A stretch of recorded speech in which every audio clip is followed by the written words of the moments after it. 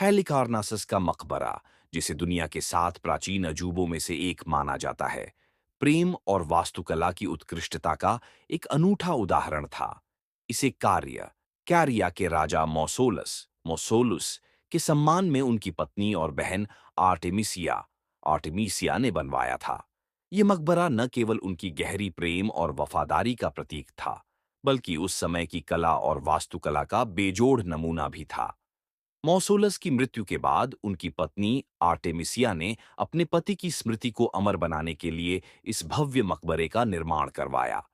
इसका निर्माण लगभग 350 ईसा पूर्व में शुरू हुआ और इसे पूरा करने में कई साल लगे।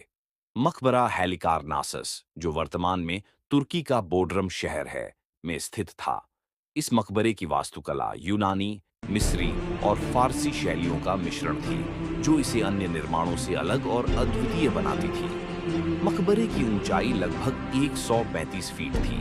यह एक विशाल पत्थर के चबूतरे पर बना था, जिसमें 36 भव्य स्तंभ थे। मकबरे के ऊपर एक पिरामिडनुमा छत थी और छत के ऊपर एक रथ में खड़े हुए मौसोलस और आर्टेमिसिया की मूर्ति थी। मकबरे के दीवारों और स्तंभों पर खूबसूरत नक्काशी और मूर्तियां बनाई गई थीं, जो प्राचीन यूनानी कलाकारों की बेमिसाल कला को दर्शाती थीं।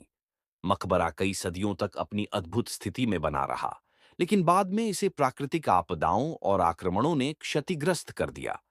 13वीं शताब्दी में आए भूकंपों ने इसे काफी हद तक नष्ट कर दिया।